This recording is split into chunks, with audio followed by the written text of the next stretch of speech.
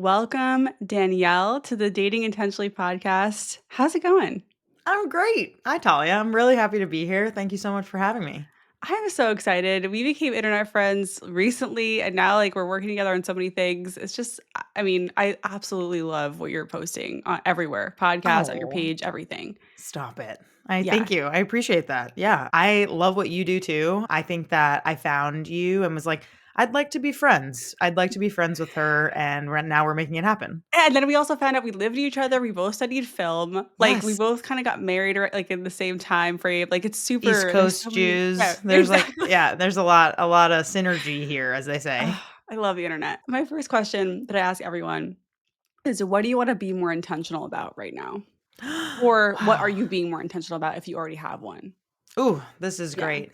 I would say I'm kind of consistently trying to be more intentional about being in the moment. I think it's really easy for us gals who really like to plan. We're type A's, we just really like things how we like them to kind of look towards the future a lot. And I think, especially with dating and especially with, me being recently married and wanting a family someday, I think it feels really easy to just constantly live in that future place, and I'm consistently trying to look up at the sky and notice things Yes. around me and just really be present in the moment as much as I can. Me too. Can I share something that's been working for me with this? Yes. So, for being in the moment, I've started doing this week. I've been kind of narrating what I've been doing in my head. It's like, Oh, I'm yeah. folding laundry, and it's, really keeping me present and grounded in the moment of what I'm doing, especially when I'm on my phone. It's like, I'm switching to Reddit right now. I'm switching to Instagram. What am I doing? Get the fuck off your phone. Oh, wow. That is Like, powerful, yeah. narrating the different ways that you're just doom scrolling. I'm not judging myself. I'm just being like, "This is what I'm doing right now. Do I wanna Right. be doing this?" Right.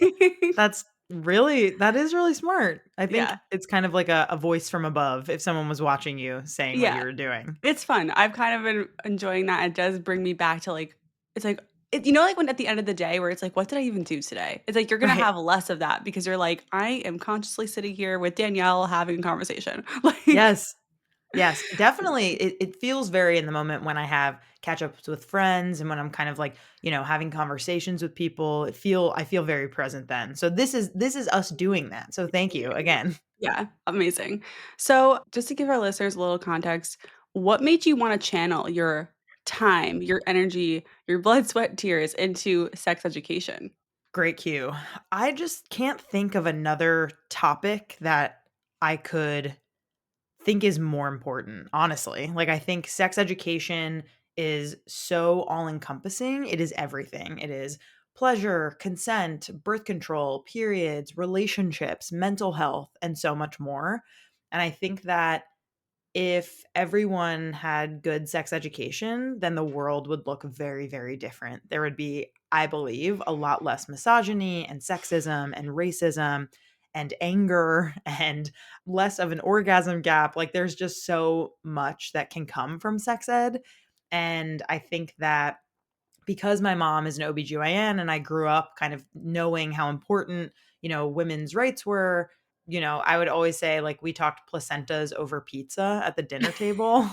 She would come home and just be talking about her delivery that she just had, and we'd get all gross and talk about fluids and everything while we were eating, and it just became so part of the norm for me. And Yeah. so I just think from a very young age, from being raised by her, and could see it in myself that I did have this kind of fire and passion for teaching and for educating and growing when it comes to sex Yeah. education.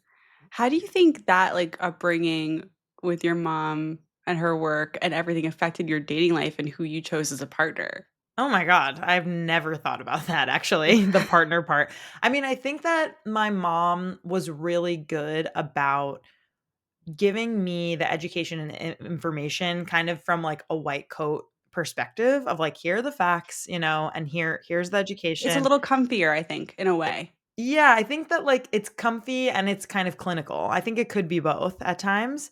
And so I think when it came to dating, I was pretty open with her, but I do think I was quite afraid to get an STI or to get pregnant, from the Mm. education that I did get from her. And I think partially that was my own shit and partially it was just me kind of being on the receiving end of that. And so I started dating my husband when I was 23, and we just got married last year. So, majority of my 20s Yeah. were to dating him. But I don't know exactly how, like, being raised by I mean, I think that he is, like, a very kind, trustworthy, smart, supportive person, and those are all traits that I definitely saw in my Yeah. mom and kind of how she wanted me to also find a partner that was like that. Right. But I guess it's like I'm thinking like your upbringing, it's like did it orient your choices around some to choosing someone who cared about these things too, had knowledge of these things too, were aware of these things, or did that not matter to you as much? Because there's I so much think misinformation out there. So it's like you didn't control what your husband was growing up with and like, you know. that's true. I think definitely it influenced me wanting to date a feminist, like, for Yeah. sure. Like, someone who was unapologetic about the fact that, like, women and queer people deserve just as many rights, X, Y, and Z as Mm, cis men do. Like, I right. think that is, like, the Okay. baseline for That me. makes sense. But for sure, I'm sure that, like, her being a feminist and her being someone who talked about, women's reproductive rights and health made me wanna say, "Okay, I want someone who supports me in that way." But Yeah. it didn't necessarily matter to me if someone was, like, also a sex educator or also kind of Right. in the know about these things. I'm curious, like, because if you never really thought about how that affected your choice, but, everyone chooses partners differently, and we all have different, like, priorities, and yeah, I find it fascinating. So right off the bat, can you bust one of your favorite sex myths? One of my favorite sex myths is that sex is only intercourse. That is a Okay. myth. Should I expand Yes, upon please. that? On the edge of my seat. So I Give us think the that real facts. when we grow up, we're kind of taught that sex is penis in vagina, and that's what sex is. And sex is so much more than that. If we kind of really allow our minds to break open for a second, think about kissing as sex, think about touching, oral, massage, think about anal, think about all the different ways that we can engage in touching someone else and ourselves, mutual masturbation, that is sex, right? Like, there are Mhm. so many ways that we can engage in sexual acts that do not involve intercourse. And I think when we were younger, in particular for women who are listening, we were taught, okay, like, the man's pleasure in, like, a cis straight relationship is paramount. And we should be centering his pleasure, and sex is over when he reaches orgasm. And it's kind of like, okay, but what about the other person who's Yeah, there, well, who's very yeah. much there? And so I think, like, in that case, we need to think about it. I think for queer people having sex, like, there aren't necessarily a penis and a vagina, right? There could be two vulvas, there could be two penises. Like, what does that look like for other people to be having Right. sex? And so I just think that, thinking about foreplay as sex, thinking about nipple play as sex, thinking about all of these different ways that we engage in sexual acts, all of that is under the umbrella of sex. Right. And we need to change our definition. I fully agree. I have 2 thoughts. One, like, I love hearing you talk about this because like, in that sensitive puberty age for me, like, learning about sex, I fully thought that, like, sex was like, all the stuff you were just describing and had, like, little to do with penis and vagina. I didn't really even get the whole penis and vagina part. Like, I hadn't seen porn. I hadn't, like, been exposed to, like I was like, I don't really get, like, what goes where and how. Right. Like, so I fully thought that, like, sex was just, like, making out for a really long time, even, like, through my sex education, because I don't think anyone ever explicitly said No one said it. it's yeah, like, what it is, or I just was not paying attention, which is I mean, that probably could have been, but yeah, also you were onto something there that, like, making out is part of sex. yeah. The other thought is, like, a lot of what I talk about with my listeners is, like, when to have sex is, like, this big question early dating.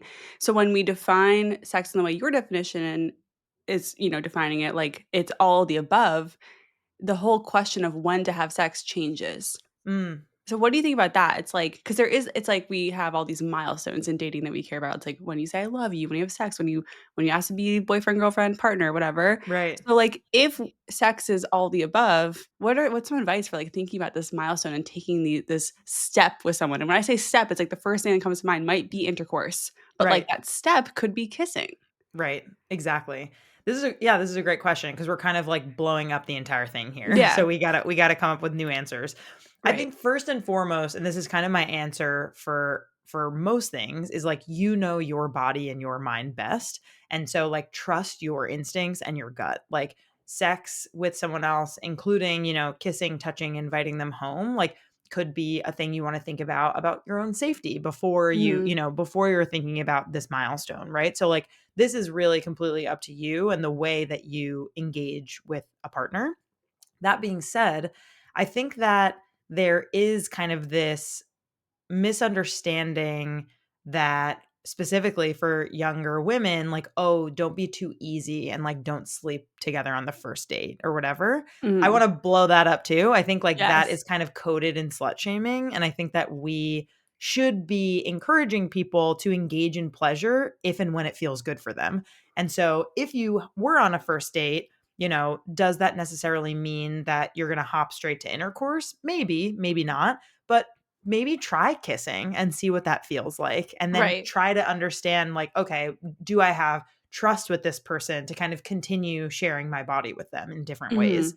And so I think, like, ultimately, it is up to you, but I want to remove the pressure that, like, oh, you have to wait a certain number of dates in order to have sex with Yeah, someone. I agree. I don't want to adhere to a certain number at all. I always tell people for my advice around this is like think about what triggers your anxiety most. Like if like having intercourse with someone is where and then afterwards you have anxiety about the level of your connection after that and like where you are, like where do you stand with them? Maybe hold off on that because Yes. you're consciously making that decision based on how you want to feel in this process instead of like what you think you're supposed to do or getting them to like you or like feeling pressure. If you want to have intercourse on the first date because you know it doesn't cause you anxiety, great. Like awesome. But I think yeah, it's more about protecting your heart. Yes, protecting your heart and your peace and like knowing yourself. If you're someone who's going to get attached to somebody like Mhm. afterwards, then that's something to think about. I think yeah, like STIs and pregnancy also a consideration. Like Right, of course. we want to be safe, we want to be in the know about like, the way in which we're engaging in sexual acts with people and what the risks are. I also think another like myth that I would like to bust is that you can't get an STI like through oral, and you certainly can. So I do think that we I should be have. I Yep, have. Yep. It's happened to exactly. me. Yep. Exactly. So we should be like considering that as like part of the risk and reward of engaging in sexual intercourse or sexual acts with other people. And so, yeah, it's definitely something where you need to feel comfortable and that you trust the other person, aka, yeah, lower anxiety leads to Yeah. more of a good time. Amazing. I love that you're just diving into this myth question. This is what you do. So, okay, this is a question I get a lot, and I'm really excited to hear your take on it. What is your advice for the dater who's single and dating intentionally? So they're trying to find a long term relationship, but they are also just really fucking horny. Amen. Honestly, amen. So is the question kind of like, how do we like successfully have casual sex with people or with yourself? Yeah, or with yourself. Like, what are the different options? Like, what do you think? How should we make this decision? It's like, do we go through casual sex? Is it more focused on solo play? Like, what are the options? Can I talk about sex toys? Is that allowed? Yes. Yes, Thank let's talk thank about it. thank God. So, yeah, number 1 is sex toys can be your best friend if you're someone who is perpetually single and perpetually horny. Personally, really recommend the magic wand. They have been one of my partners for 3 plus years, and it's because it's one of the first sex toys I ever used and because it can make you orgasm in literally 30 seconds or less, basically, for many people. So, yeah, if you are a fan of clitoral stimulation, highly recommend a magic wand. If you're someone who, kind of likes maybe calmer stimulation or less intense stimulation, you could consider like a bullet vibe. Or, Mhm. if you like internal stimulation, you can, figure out if you like some sort of dildo that doesn't vibrate. Like there are so many different options out there for sex Yeah. toys. And I just like ultimately feel that masturbation is not only a great way to satisfy yourself sexually, but a great way to know what exactly do I like and how can I incorporate that with a partner if and when that is my Oh, yeah, destiny. I love it. It's like you're taking care of yourself in many ways and your future partner. Your future partner benefits from you doing solo play. 100%. And I think that Another myth that I want to bust is that sex toys are only for you and not for when you want to have partnered sex. And like 70 to 80% of people with clitorises need or desire clitoral stimulation in order to reach orgasm. We will And get we're there. Yeah. and you'll get there with a sex Yes. toy, and you're Oh, yeah. usually not going to be able to reach orgasm typically from penetration alone. So if you're listening and you're like, "Huh, that's why I've never come from like PV sex." You're not alone, Yeah. girl. It's very We're gonna common. get into that. We're gonna get into that in a little bit. I Amazing. wanna stick with the solo play. I think and Okay. also just, like, high libido, being a single girl or guy or whoever out there, Yes. like, I mean, I don't wanna say, like, don't have go out and have casual sex. It's more just, like, incorporating toys and just solo play is just way more accessible than, like, trying to go out and have casual sex. Like, you can Right. do that. No shame. As you Easier. should.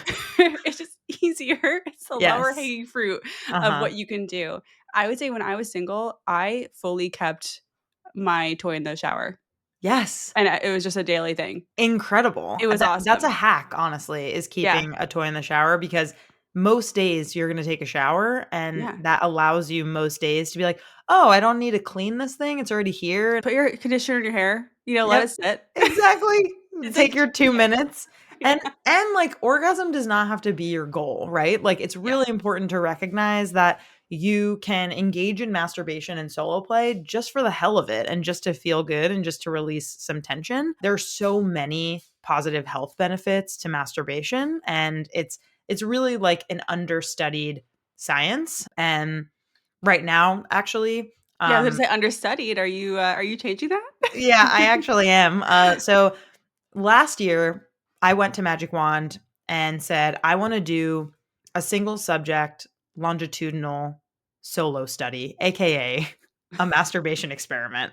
And I designed with my team this 3 week study where the first week was abstinence week, no sexual activity at all. The second week was treatment week, where I use the Magic Wand every day. And the third week was regular week. So sexual activity as normal. Mhm. And the results were wild, and I am happy to share with you Yes. a link with the results. But essentially, like, what I found was that during treatment week, my tension, anxiety, and stress were decreased compared to the other weeks. I found that my confidence was up like almost 20% during I can treatment see week. that. I can see that. Like, I actually increased in horniness over time when I predicted that I would decrease. Like, horniness begets horniness. And so, Right. yeah. And so, long story short, I did this whole study, and now we're currently doing it in a legit scientific experiment with 1,000 people. And Amazing. I can't wait to see, like, they're currently like masturbating right now.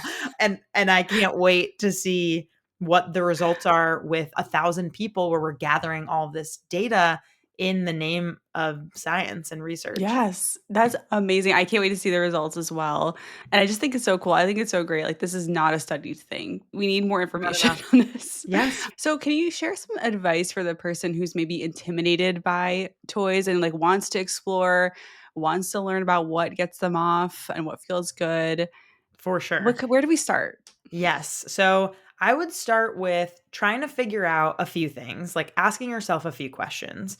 The first question is, what is my budget for this toy? Right? Like, if Hmm, you're someone who's kind of like, okay, like, I'm interested in trying a sex toy, but like don't really want to spend more than 30 bucks, there's a toy for you, right? Like, if you're like, okay, I want something a little bit on the higher end, there's something maybe like in the $100 range. And sex toys can go up to a couple $100. So if you're like, I'm ready to really invest in my pleasure, like, there's that option as well. do you think there's a difference really between the experience with a $200 toy and a $50 toy?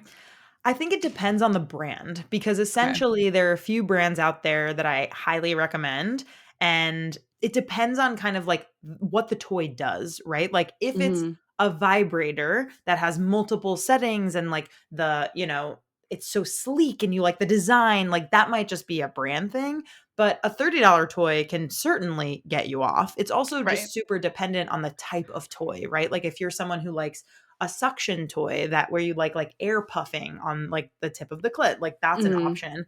Or if you like broad stimulation like the magic wand, or like pinpoint stimulation like a bullet, right? Like, it really just depends on your Right. body and what feels the best for you. So yeah, the first question is like, how much do I want to spend? The second question is, what kind of stimulation do I like? What if I don't know? I think then you start with a lower end toy. So there's a Right. really great sex toy company that I partner with called Lion's Den, and they have pretty much every toy under the sun. And essentially, you can go to like their 5-star category and they're like under, $40 Okay. category. Right. And you can just kind of look around and see if you also like live near a local sex toy shop. Lion's Den has like 50 retailers across the US. I live in the Bay Area. We have an amazing sex toy shop called Good Vibes here. Like you can go in and just say like, "Hey, like I don't know what I like. Can you just show me around?" And someone will do that. Yeah. If you're a little shy, you can just do that on the internet and just kind of poke around on their website. And the only way for you to know is for you to try it and for you Right. to see on your body how it feels. Yeah, yeah. I mean, I don't think I started purchasing any kinds of toys for myself until I was in college, like, out of my parents' house, had my own money more, like, I didn't really Yeah, feel comfortable before that doing anything. totally.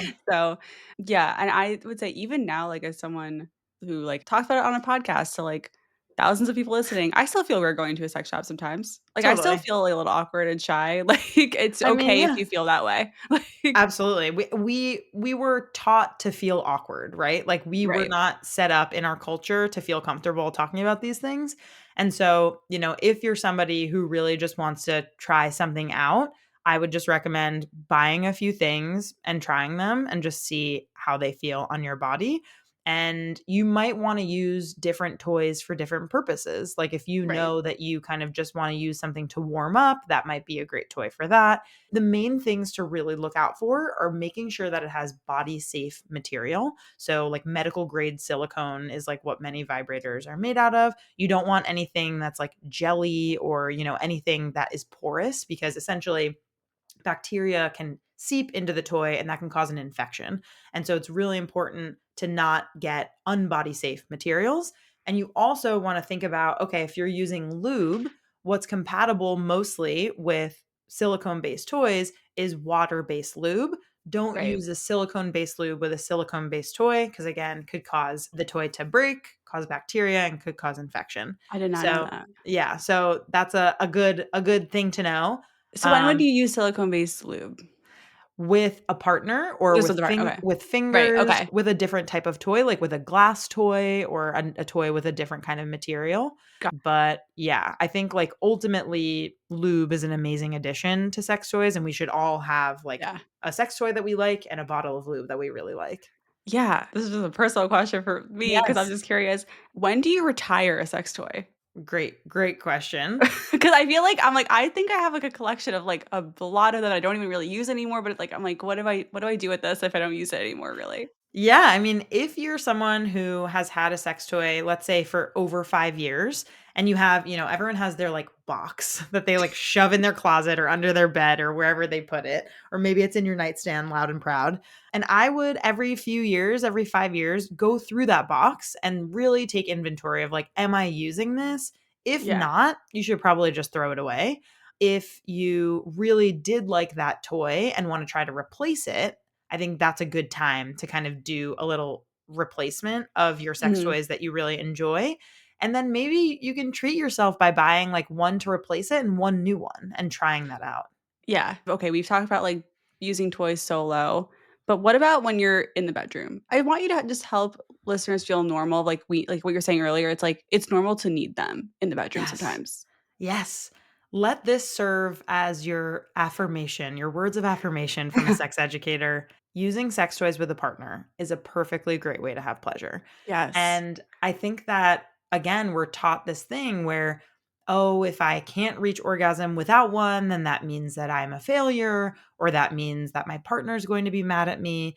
And your partner should really know that the sex toy is not a competitor, but a teammate and your partner wants you to reach orgasm, right? Like their pleasure is your pleasure and vice versa. And if a main way that you experience pleasure is by using a sex toy, Dr. Lori Mintz, a really great psychologist and sex educator and professor, talks about turn taking, right? Like we usually think of sex in this way that is like, okay, let's have an orgasm at the same time while we're having PV sex. How unrealistic is that, right? Like that doesn't happen basically to anybody.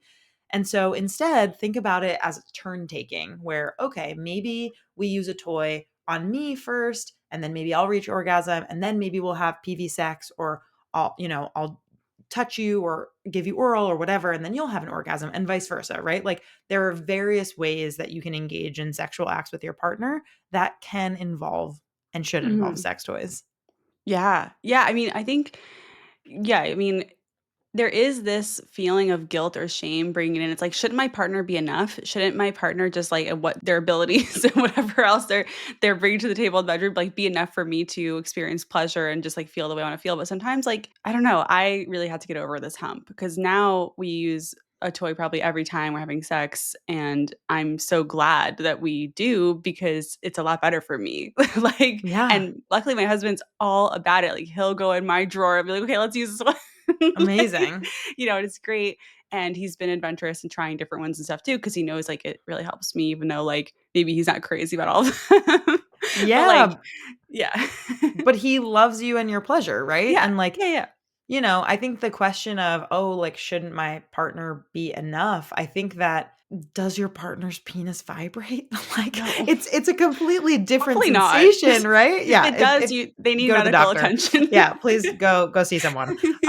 But I think that, like, it really is a completely different sensation, and so Yeah. I think we need to just be thinking about it as, adding to the Sunday, right? Like, if sex Mm, is a Sunday and having PV sex is kind of the basis of your sex, if that's how you want to think about it, what is the cherry? What is the whipped mhm. cream? What is the hot fudge? Like, Yeah. these are all accoutrement and extras that feel really good that make the Sunday what it is. Right, right, 100%.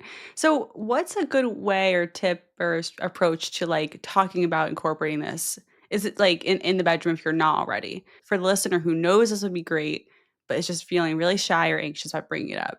I think that you practice like a two-line script, right? Because I think Okay. that coming to the conversation prepared makes you feel better about the way that your conversation will go.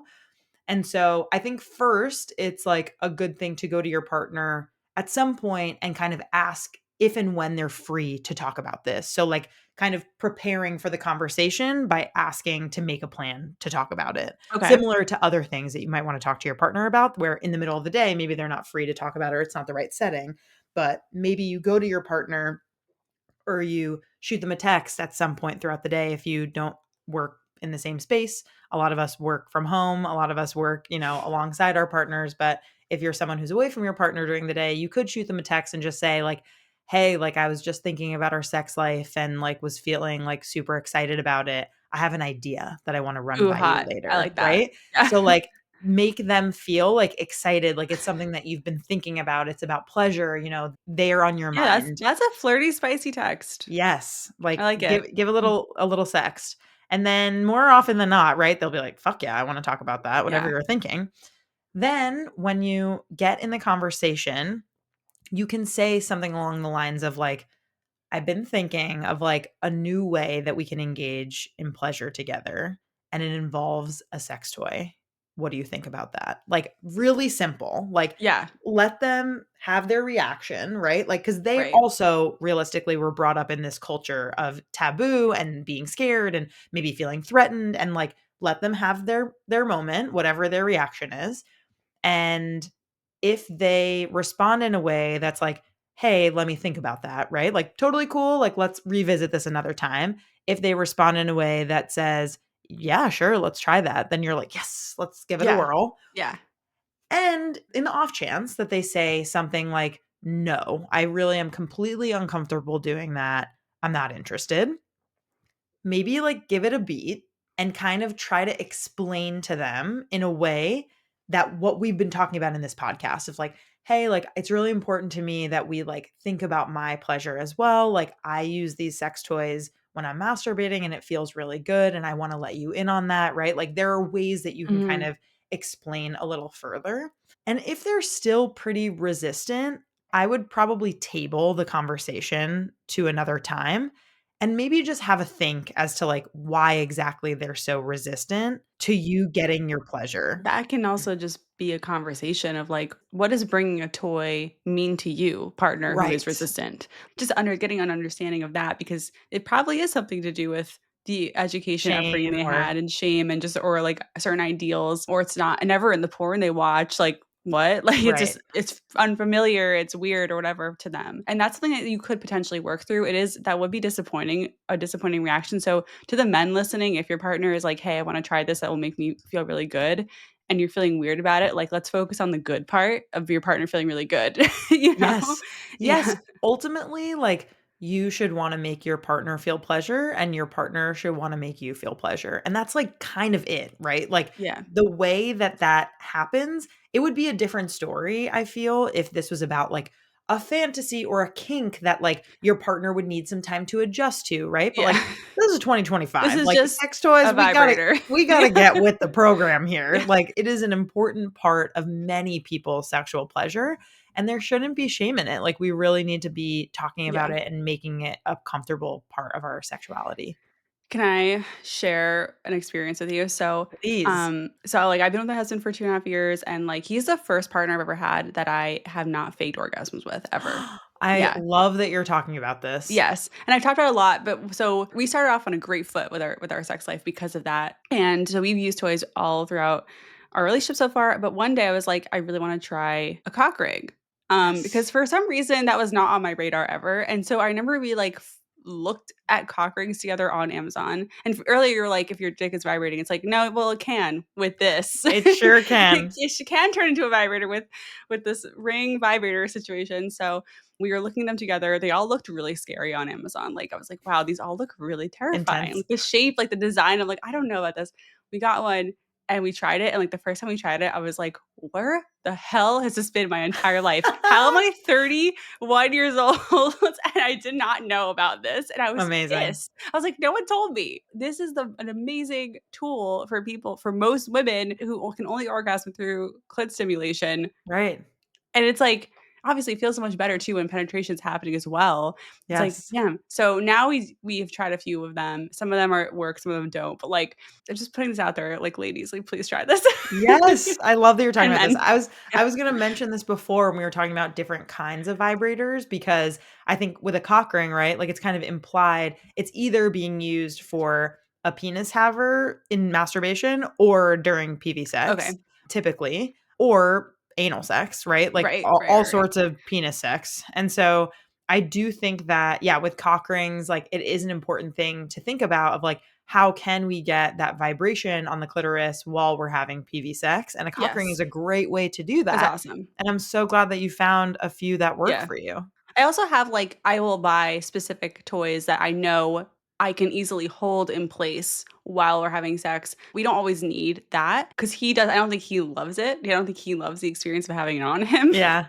Could But, be a like, little intense of an yeah, experience. I don't that's fine. Like, luckily he still does it because he loves me. Right. But, like, you don't need to have a cock ring to accomplish what it is accomplishing. Like, there are toys out there that are, like, easy to hold and, like, you can just kinda, like, hold it in place. So, try it. Yeah. Please try it. There's also a toy called the Eva 2, I believe, Okay. EVA number 2, and it's by Dame Products, which is a really great brand that I used to work for actually and highly recommend their stuff.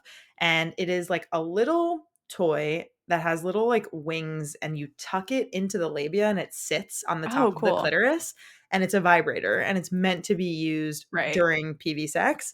It works for some people. It really depends on, like, You the gotta try a shape. few. You gotta Yeah. try, and and most sex toy companies honestly have a policy where if you try it and within a certain number of days it doesn't work for you, you can get your money back, and so Yeah. you can check on their return policy. Obviously, they don't resell them. It's just kind of a wash for them, Yeah. but I do think that it is a great option for PV sex Yeah. and getting stimulation during But that. yeah, I just wanted to share that with you because it's like also had to go through this exact conversation of like, I want to try this thing. I know you have not tried this before. I have not tried this before. It's weird for both of us. Right. And like we got through it and now it's like we know. if it Mhm. works for us or not. And it's like you can do this. And I think you can do this pretty much at any point in a relationship, whether you've been dating for 2 months or years. Obviously, if you've been dating for Especially years, like it's years. yeah, it probably could feel even weirder because it's like been years. Right, But exactly. I think that's why it's important that we kind of are consistently checking in about these things, similar to, like, every few years looking at your inventory of your sex toys and just being like, "Okay, what do I have here?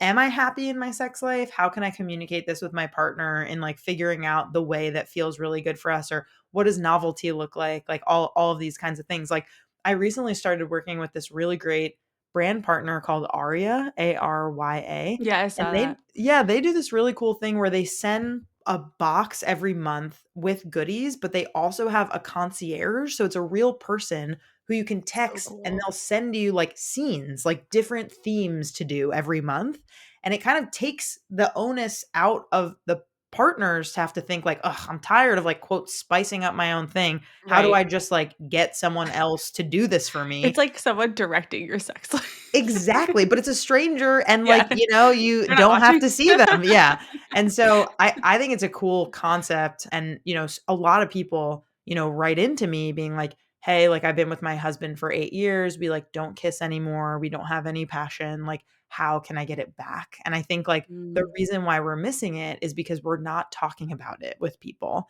and so I think ultimately, like, we need to be communicating with our partners. What I'm learning is, like, a lot of sex and having good sex isn't, quote, "sexy." I wanna hear more. Like, what does Like, that mean to you?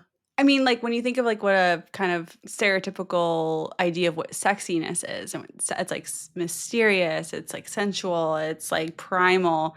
Talking about it, trying toys and not liking it, buying a service that helps you spice up your sex life after 8 years, like, these things are not what I would fall under the category of, like, stereotypically sexy, Right. you know? But, like, they are in their own way because they're supporting your sex life.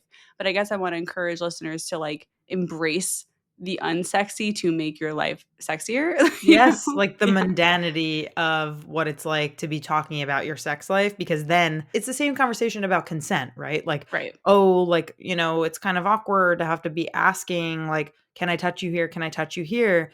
It's gonna be hotter if everyone involved is really into it. And, Yeah, like, that's the same kind of analogy of, like, it's gonna be hotter if you talk about your sex life and then you have a really good sex life because you're talking about it. yeah. Well, I wanna switch gears and get into some, listener questions. Yes. I just threw up, like, on a whim, I was like, "I wanna just see what happens." So I put up a question box on Instagram, and it says, "Sex questions you're too embarrassed to ask." This is for you, so I'm just pulling this up. Okay. If they finish early/don't slash don't last long, does that mean they haven't had sex in a long time? Not necessarily. I think that if that happens, first of all, you should take it as a compliment because they think you're really hot and they're really Yeah. into Yeah. whatever's going on. Some people just have an issue finishing early, and some people haven't had sex in a while, and some people are just really into it. Like, it's really hard to tell. Yeah. I think that if it was happening multiple times after you were engaging in sexual activity with them, maybe then there's kind of an ask that you can say of like, "Hey, like, is this a common experience for you?" Like, maybe just getting That's a good their I like that. opinion rather than assuming anything. Yeah. I've experienced this in the past with partners, and what ended up happening was, like, it was a common experience for them, and you just, like, kind of adjust the way you have sex so that it does last longer, but that doesn't necessarily mean you are having intercourse the entire time. It's like you're taking breaks, you're doing other things, there's plenty Yes. more to do. Yes. Like Can I briefly talk about yeah. edging? Oh, yeah, yeah, yeah. So edging is this idea where you're kind of taking yourself or your partner or both of you right up to the edge of orgasm, and then you're backing away to So decrease fun. that stimulation. And then theoretically, when you do reach orgasm after edging a few times, it's a much more powerful because you're ready for it, you're really hungry for it. And so if someone has erectile dysfunction or finishes too early or whatever their condition is, if that's something that they're experiencing, engaging in edging can be a really, really fun way to make the Yeah. experience last longer. I love that. Thank you for sharing that tip because it's not talked about enough. All right, here's another one. How to get and keep a nice riding rhythm as the female partner on top of a male, I guess, or yeah. Oh, great question. I think that it's important for you and your partner's body to be as most in sync as possible. So really like communicating with them and telling them, okay, let's go faster, let's go slower, keep that rhythm. Like I think that typically men kind of have this idea that like faster is better and that isn't Yeah. necessarily true. I think that like going slow and then Amy from a great podcast called Shameless Sex likes to say, go slow and then go slower than slow. So, like, really Mm, try to feel everything. And once you're in sync and in rhythm, that's when you can kind of you can speed up. continue. Yes, that's when you can continue it and then decide with your partner when you're going to go faster. Ooh, I like that. Yeah, and also, like, practice, which is fun. I mean, Yeah. hey, The more that you you know practice. your partner's body, the more likely you are to be able to maintain a rhythm. So I Yeah, would first start out by going slow, slower than slow, and then trying to figure out how you can be as in sync as possible. yeah. Here's another kind of related one. My boyfriend can only orgasm in one position that kills my quads. Any tips? I wish he could orgasm in other ways or with me. Yeah. Sounds like you need to do some squats, girl. No. I mean, this is a great question. I think that, thinking about what it would take to make your partner feel really, really good and not quite orgasm yet, but kind of again, like with the edging of like Mhm. almost get there. So maybe it's another position that you're, having sex in that feels really good, that gives him a lot of stimulation. And then when it's time for him, then switching over to that other position so that he can reach orgasm. So I think like not putting as much pressure on your body that entire time and choosing another position up until that point would be really beneficial for you. Yeah, yeah. I mean, I also do you think it's pretty common that there's just folks out there who can only orgasm in one kind of like laying down or like standing up or what like, I don't know. Definitely. Yes. Yeah. For sure. Like when we're learning to masturbate also, typically like we're starting to masturbate young, right? And those kinds of habits continue on and it's a lot harder to break that habit when you've been Yeah. masturbating for decades, right? So you know Yeah. exactly how to make yourself orgasm and similar with your partner, like they've been masturbating for a long time, they know their body best. And Right. so it can feel a little bit more difficult to reach orgasm in a different position. Yeah, okay, let me look at a few more because these are new ones I didn't read yet. Let's see what your answer to this is. Maybe I won't maybe I'll cut this out, I don't know. Okay.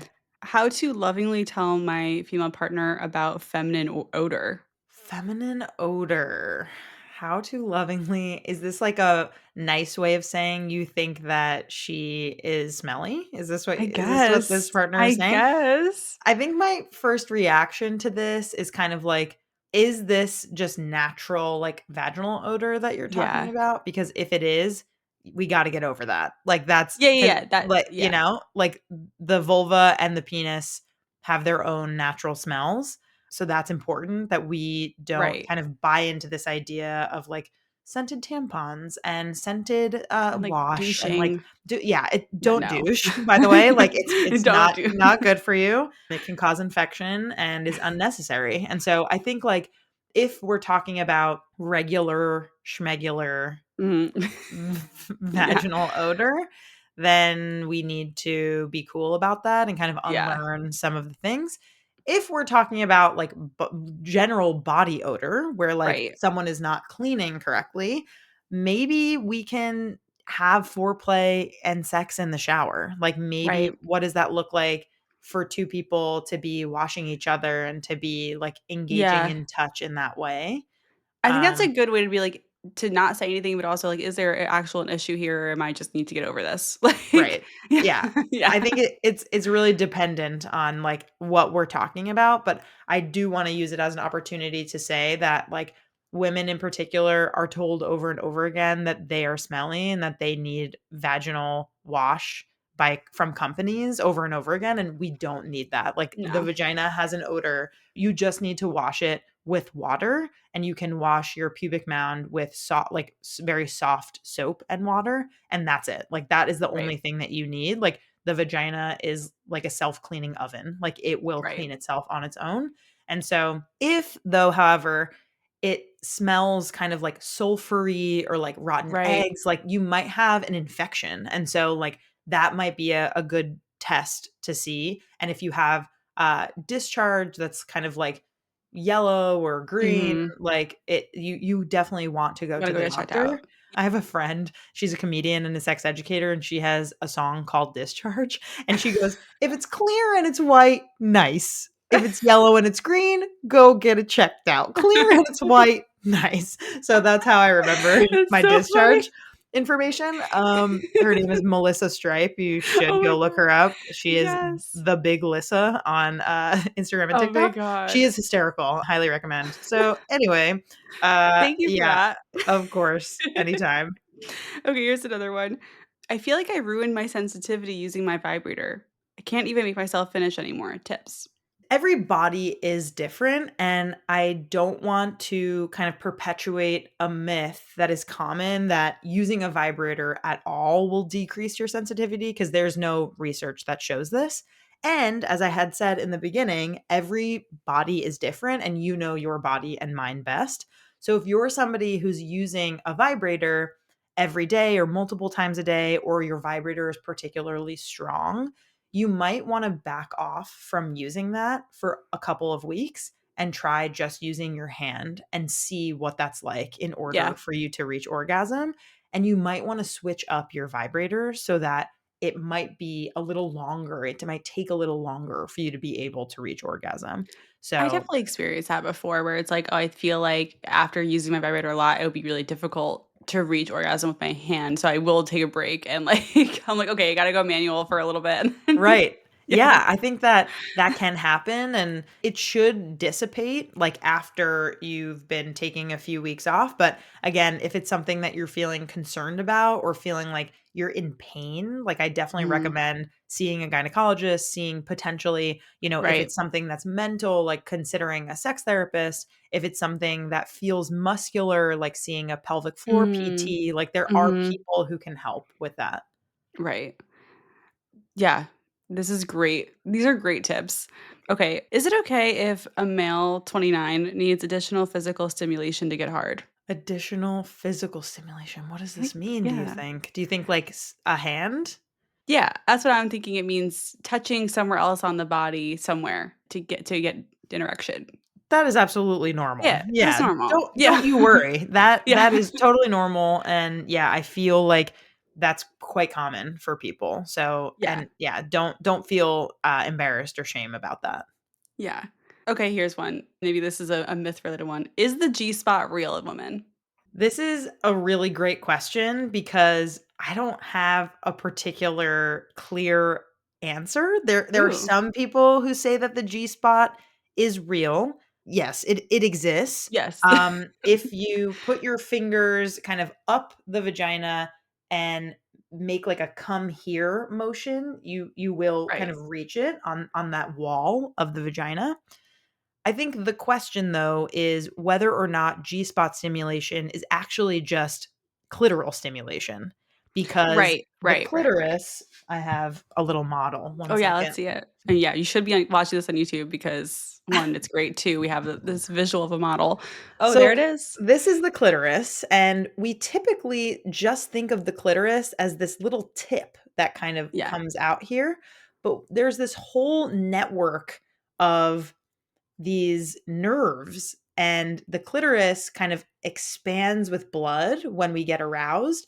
And so in here would be the vaginal opening. And Mhm. so the idea is kind of like the back of the clitoris here, like that is where the G spot is. And so Right. the idea is kind of like, okay, maybe it's G spot stimulation. Is it also just clitoral stimulation? Like it's kind of unclear, but my understanding is that because the clitoris is so large and because it really sits behind that vaginal opening, the idea is that many people who do get G spot stimulation are also being stimulated because their clitoris is being stimulated. Right. So it's like almost like the G spot is just part of the clitoris kind of or like it's just Or, touching the clitoris in some way. Yeah. yeah, like it's kind Yeah. of behind it here. Yeah. I mean, look, I will say just from experience, like again, with my husband, my current sexual partner, like, and actually paying attention to what feels good, I've noticed if like he tries to stimulate my quote G spot, like it definitely feels better. Like it definitely, can tell the difference, which is part of the why like the cocker experience is so great because I'm like, okay, I can actually feel the difference. here.